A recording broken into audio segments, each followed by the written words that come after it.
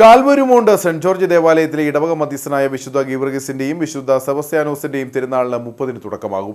Jubilee സ്മാരകമായി നിർമ്മിച്ച via ഡോളറോസ എന്ന രക്ഷാകര ശില്പസമുച്ചയത്തിന്റെ വെഞ്ചരിപ്പും ഇതോടൊപ്പം നടക്കും. ഇടുക്കി രൂപതാ മെത്രാൻ മാർ ജോൺ നെല്ലിക്കുന്നേൽ വെഞ്ചരിപ്പ് കർമ്മം നിർവഹിക്കുമെന്ന് ഭാരവാഹികൾ വാർത്താസമ്മേളനത്തിൽ പറഞ്ഞു.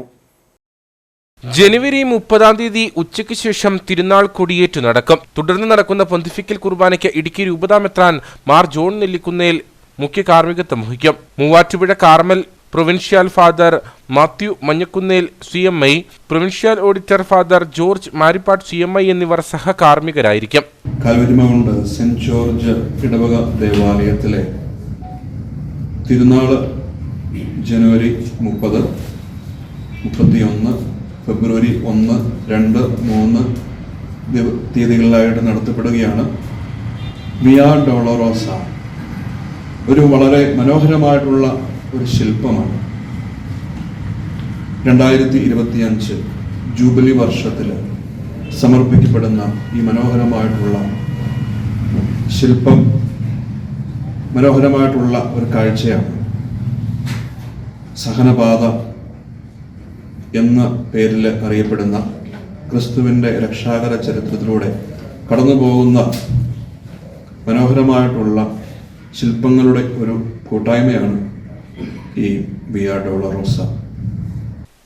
പള്ളിയങ്കണത്തിൽ പണിതുയർത്തിയിരിക്കുന്ന യേശുവിന്റെ മനുഷ്യാവതാരത്തിന്റെ ജൂബിലി സ്മാരകമായ വിയ ഡോളറോസ എന്ന രക്ഷാകര ശില്പസമുച്ചയത്തിന്റെയും ലൂർദ് മാതാവിന്റെ ഗ്രോട്ടോയുടെയും വെഞ്ചരിപ്പ് കർമ്മം രൂപതാ മെത്രാൻ മാർ ജോൺ നെല്ലിക്കുന്നേൽ നിർവഹിക്കും.